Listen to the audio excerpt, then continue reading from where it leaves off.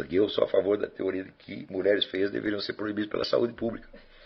Tá certo? Então, estou muito grato ao Sr. Pitangui por ter embelezado o Rio de Janeiro. Mas ele não escreveu livro nenhum que prestasse, tá entendendo? Nada que valesse a pena. Ele não é um escritor, não é um representante da cultura de maneira alguma. Quer dizer, o número de intelectuais fracassados que tem no Brasil é uma coisa alucinante. E nem sempre são eles os piores. Né? Quando você vê esse exemplo do Otto Maria Carpo. Otto Maria Carpo chegou no Brasil exilado. Chegou com uma carta, olha, ele não veio com pouca coisa, chegou com uma carta de recomendação do Papa. Certo? E opa, é bom. Só que entregou a carta para o sujeito errado, que foi o Alceu Moroso Lima. O Alceu Moroso Lima, que era, sem dúvida, um homem do establishment, um homem elegante, rico, né, bem posicionado na vida. Então você vê aquela conversa entre Alceu Moroso Lima e Otto Maria Carpo, você já vê o retrato da situação que eu estou descrevendo aqui. Então, você tem o intelectual que está colocado nos altos círculos, né, benquisto, respeitado, rico, etc. E do outro lado, o pé rapado que acabou de chegar aí. O que ele fez? Ele arrumou para o Otto Maria Carpo um emprego de quinta categoria numa biblioteca no interior do Paraná. Agora, de profissão literária, os dois eram a mesma coisa, os dois eram críticos literários, estudiosos de literatura. Só que o Otto Maria Carpo é assim, né, 1 bilhão de vezes melhor do que o Alceu Moroso Lima. Mas o Alceu Moroso Lima estava num posto mais importante. Então ele pega o seu colega e concorrente e o joga no lixo. E o Otto Maria Carpo, então, tentou sobreviver ali naquela situação. Né? Você imagina um camarada que tinha, vamos dizer, os estudos do Otto Maria Carpo e a carreira que ele tinha tido na Europa, na Áustria, ele era um jornalista político importantíssimo, talvez o principal polemista em favor do governo Dollfuss. Né? Dollfuss era um homem católico, assim, um conservador tipo TFP, e que, num momento de emergência, tendo ali dois movimentos concorrentes, comunista e nazista, querendo tudo derrubar o governo, ele pegou e inventou uma constituição autoritária e mandou todo mundo calar a boca e conseguiu colocar ordem no país durante um certo tempo. Se não fosse a invasão alemã, né, aí, contra o invasor, militarmente a Áustria não podia defender a Alemanha, mas internamente o Dollfuss resolveu o problema. E o Carpo escreveu 2 livros ali importantes e vários artigos de jornal defendendo o regime Dollfuss, que era então um polemista importante. Agora, você ser um jornalista importante na Europa, para depois você virar um bibliotecário do interior do Paraná, assim, saída de leão, chegada de cão. Né? E depois de algum tempo, é claro que o Otto Maria Carpo não aguentava mais aquela situação, aquele isolamento. Ele pediu socorro para o Álvaro Lins. O Álvaro Lins era o quê? Era outro camarada também na posição do Alceu Moroso Lima. Era um crítico literário também, mas um camarada importante, um homem da academia brasileira, tá certo? Bem quisto, bem remunerado, etc. etc. E o Álvaro Lins, então, deu a chance que o Otto Maria Carpo precisava, e o Otto Maria Carpo começou a escrever para jornais do Rio de Janeiro. Inicialmente escrevia em francês, era traduzido, e depois aos poucos foi aprendendo português. Sempre precisava de um pouquinho de copydesk, mas escreveu num português maravilhoso no fim das contas. Né? Só que o Carpo, ele entrou no jornalismo e daí não passou. Tá certo? O melhor emprego que ele teve na vida foi de copydesk do Correio da Manhã, e nunca passou daí. Tá certo? Depois, quando fechou o Correio da Manhã, ele trabalhou um pouco numa revista, trabalhou um pouco na Enciclopédia Britânica, na Enciclopédia Barça, e ficou vivendo de uma espécie de subemprego, certo? Sempre com dificuldades financeiras e sempre numa desproporção imensa entre, vamos dizer, os seus recursos intelectuais e a função que ele desempenhava na sociedade. Né? Então, eu quando vejo o Carpo, eu digo, o Carpo seria, numa situação normal, né? O Carpo deveria ter se tornado o centro dos estudos literários brasileiros durante algum tempo. Quer dizer, era um homem certo para dirigir uma faculdade de letras, uma coisa assim. Ou para dirigir uma publicação universitária de letras. Nunca teve a menor chance numa universidade. Né? Nunca se ofereceram para ele. E ele também é muito orgulhoso, nunca pediu. Né? Então, estou dizendo que existem homens de talento, sempre houve nos dois grupos. Né? Eu estou dando esses detalhes para vocês verem que cada artigo meu, quer dizer, cada linha que eu pus ali, dá para desenvolver. Quer dizer, é um resumo de alguma coisa que eu posso explicar num curso, mas que no jornalismo jamais vou poder dizer tudo isso. Né? Então, praticamente um artigo tem pelo menos outros 20 artigos embutidos ali. Né? Então, mas é evidente que a situação existencial de uns e outros só poderia, a longo prazo, corromper os dois grupos por igual, negando a ambos um papel histórico decente e estreitando pouco a pouco o horizonte da sua vida mental. Por que isso acontece? Porque os camaradas que têm uma boa posição na vida, eles sabem que, de fato, eles não exercem nenhuma influência intelectual. Eles exercem uma influência social, eles personificam algo. Então, eles, por assim dizer, eles são o adorno da classe dominante. Né? Mas, por exemplo, quando você vê ali, por exemplo, imagina uma situação assim, homenagem a Gilberto Freire no Senado. Né? Você chega lá, Gilberto Freire, bom, quantos daqueles senadores leram a obra de Gilberto Freire? Um ou dois, no máximo. Certo? Então, isso quer dizer que o intelectual ali, mesmo quando é respeitado e homenageado, ele simplesmente não é lido. A classe dominante brasileira, ela é semi-analfabeta. Tá? Não que não saiba ler, porque não quer ler, não quer estudar nada. Quer dizer, então você não consegue, se entrar no Senado brasileiro, conseguir ter uma conversa inteligente com aquelas pessoas lá. Quando nós estávamos no auge da cultura brasileira, quando o Rio de Janeiro era quase uma Atenas comparado com o que é hoje, se você procurasse no Senado, talvez você encontrasse 10 homens de alguma cultura ali. E se você pegar, por exemplo, a lista dos nossos presidentes, de quantos eles foram homens de cultura. Aqui nos Estados Unidos, eu cito uns 20, uns 30. Quando você pega, vamos pegar um sujeito que é tido até como sujeito um brutamontes, Theodore Roosevelt. Theodore Roosevelt era um crítico literário de primeiríssima ordem, escreveu livros importantíssimos. Né? Abraham Lincoln é um dos grandes estilistas da língua inglesa. Tá certo? Abraham Lincoln é um Shakespeare da oratória. Né? Então, é um clássico da língua. Né? E assim por diante, quer dizer, tem muita gente de altíssima cultura. Né? Os estados Founding Fathers, você lendo os escritos deles, são todos escritores de primeiríssima ordem. Né? Então, no Brasil isso quase chegou a ser verdade durante um tempo no Império, mas mesmo assim muito limitadamente. Então, quer dizer que esses escritores, esses intelectuais que têm que, por exemplo, são aceitos na academia, né? Eles, na verdade, eles não exercem nenhuma função, nem política, nem pedagógica, nem nada. Eles são símbolos. Né? São emblemas, vamos dizer, emblemas de um fingimento de cultura. Né?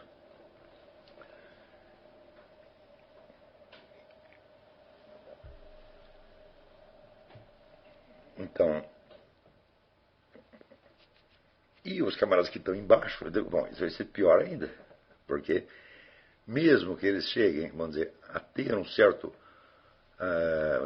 ter um certo público, não se pode dizer, por exemplo, que o Lima Barreto não foi lido, na sua época ele foi bastante lido, mas a indústria editorial brasileira não lhes fornece meios de subsistência.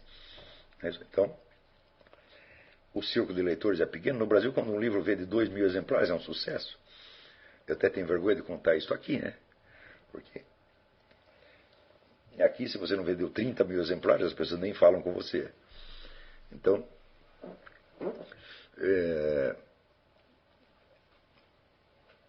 os que estão em cima estão numa posição existencialmente falsa.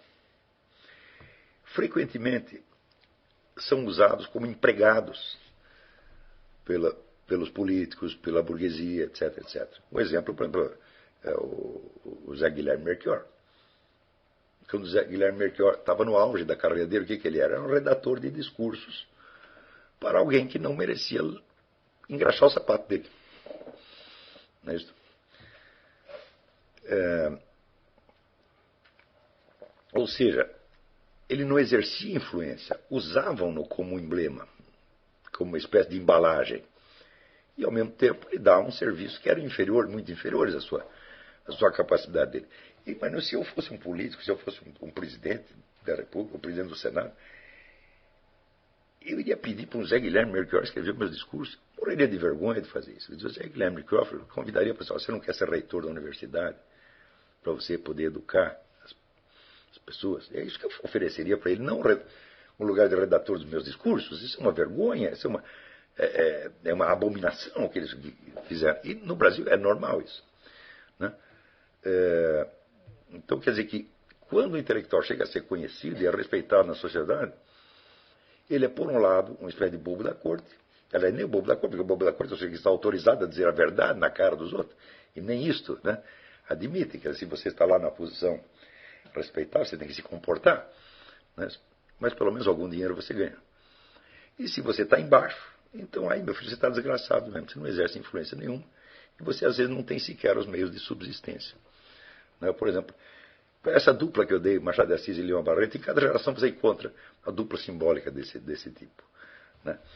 Eu veria, por exemplo, sei lá, dois escritores que foram contemporâneos, ambos meus amigos, que foi o Josué Monteiro e o João Antônio, né? Josué Monteiro é o presidente da Academia Brasileira, um homem respeitadíssimo, tá certo?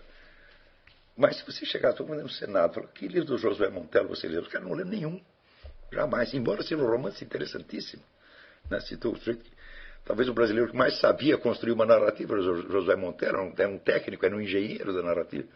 Mesmo assim, as pessoas não liam, né? Quer dizer, me diga uma ideia do Josué Monteiro que tenha influenciado alguém. Nenhuma. Então, para que serviu o Josué Monteiro? A gente põe lá na presidência da academia e ele personifica a cultura brasileira para fazer de conta que existe cultura brasileira. E o coitado do João Antônio, que era um contista maravilhoso, tá certo? Nunca teve chance nenhuma na vida. Tá certo? Viveu sempre que nem o Leão Barreto, entre bêbados e prostitutas. Ele começou a carreira dele, né, em São Paulo, escrevendo as histórias de bêbados, bandidinhos e prostitutas, que era o pessoal que ele conhecia, num livro de conto maravilhoso chamado Brás, Bexiga e Barra Funda. Né, que eu lendo aquilo, eu via a cidade de São Paulo que eu conhecia. Falei, não, isso é profundamente verdadeiro o que esse cara está escrevendo, né? E bom, talvez com o sucesso disso, talvez ele saia desse meio e vá para um outro meio, mas não, ele morreu lá mesmo, né? Não em São Paulo, mudou para o Rio de Janeiro, mas continuou por baixo. E assim por diante, cada geração tem o seu Josué Monteiro, o seu João Antônio, o seu Machado de Assis, o seu Leão Barreto, né? E só escapa disso aí quem vai para o exterior, porque eu não sou besta, não. Para eu ser um áulico, um cara importante, eu seria um palhaço. E para ficar embaixo, ficar embaixo é muito desconfortável, minha gente, né? Esse negócio de prostituto, bandido, tá? Fala, bom, já tive a minha dose disso quando tinha 18 anos, agora não quero mais não. Entendeu? Eu conviver com pessoas normais, né?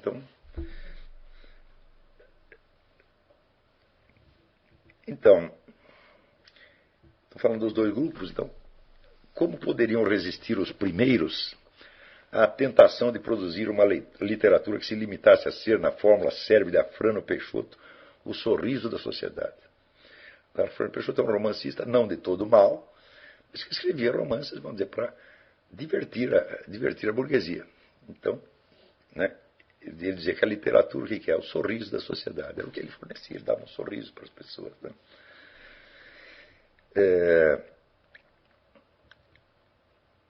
Então, como poderiam as mulheres resistir? Que não é fácil. Provam a afeição constante da Academia Brasileira de Letras às mediocridades coroadas, em prejuízo da genuína alta cultura. É claro que tem gente de valor na Academia Brasileira, porém, tem uma dose de medíocres que não é admissível numa instituição dessa. Não vou citar nomes, porque todo mundo os conhece, tá certo? Mas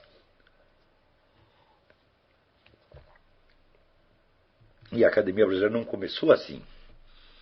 Note bem,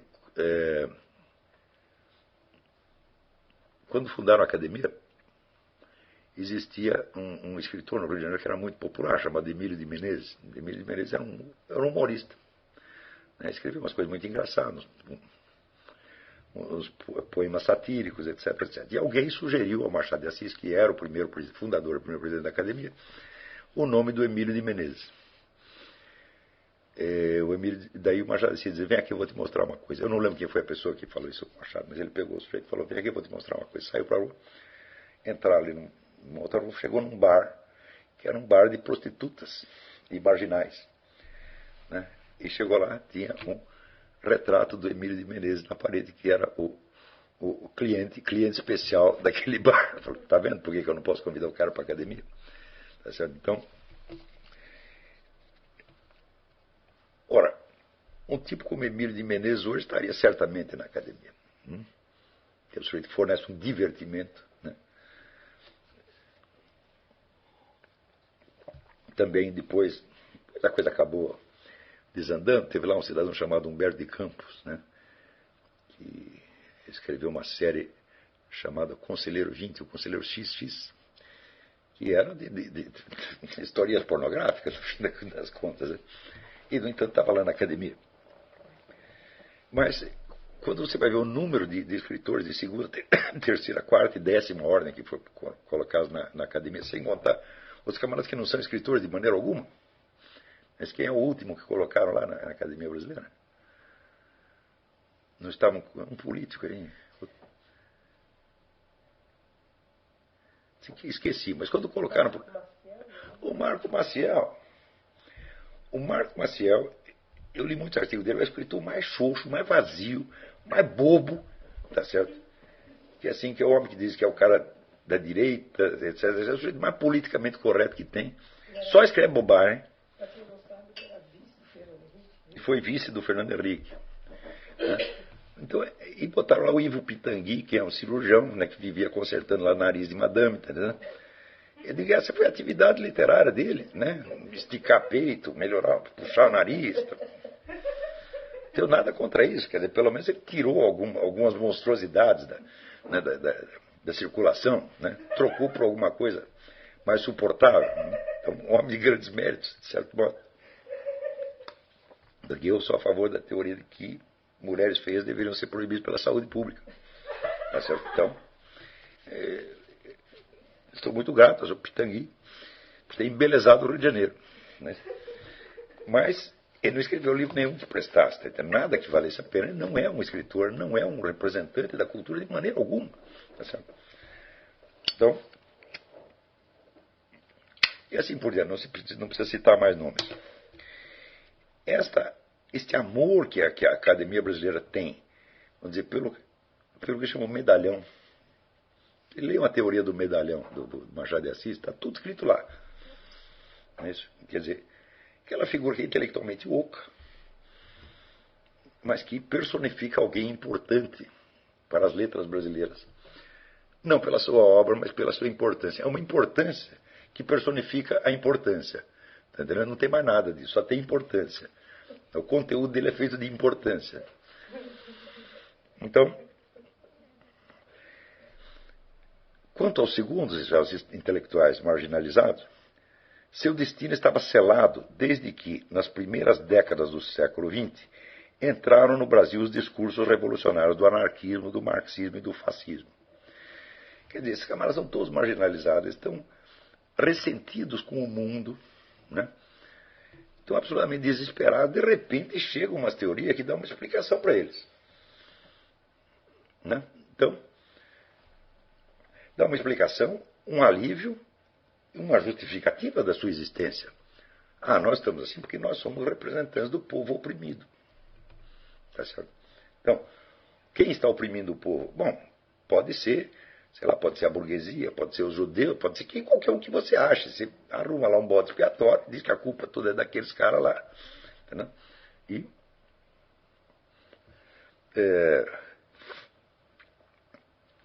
é engraçado, alguns caras podiam culpar, por exemplo, o capitalismo no país que não tinha capitalismo nenhum. O capitalismo no Brasil começa na década de 30, 40.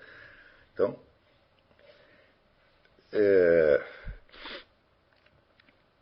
mas esses discursos revolucionários que o pessoal imitava da Europa, embora não se adequasse à situação real, adequava-se à situação mental deles. Quer dizer, dava a eles um instrumento de expressar o seu ressentimento e a sua revolta contra o seu próprio fracasso em termos que pareciam enobrecidos por representar altos ideais humanitários.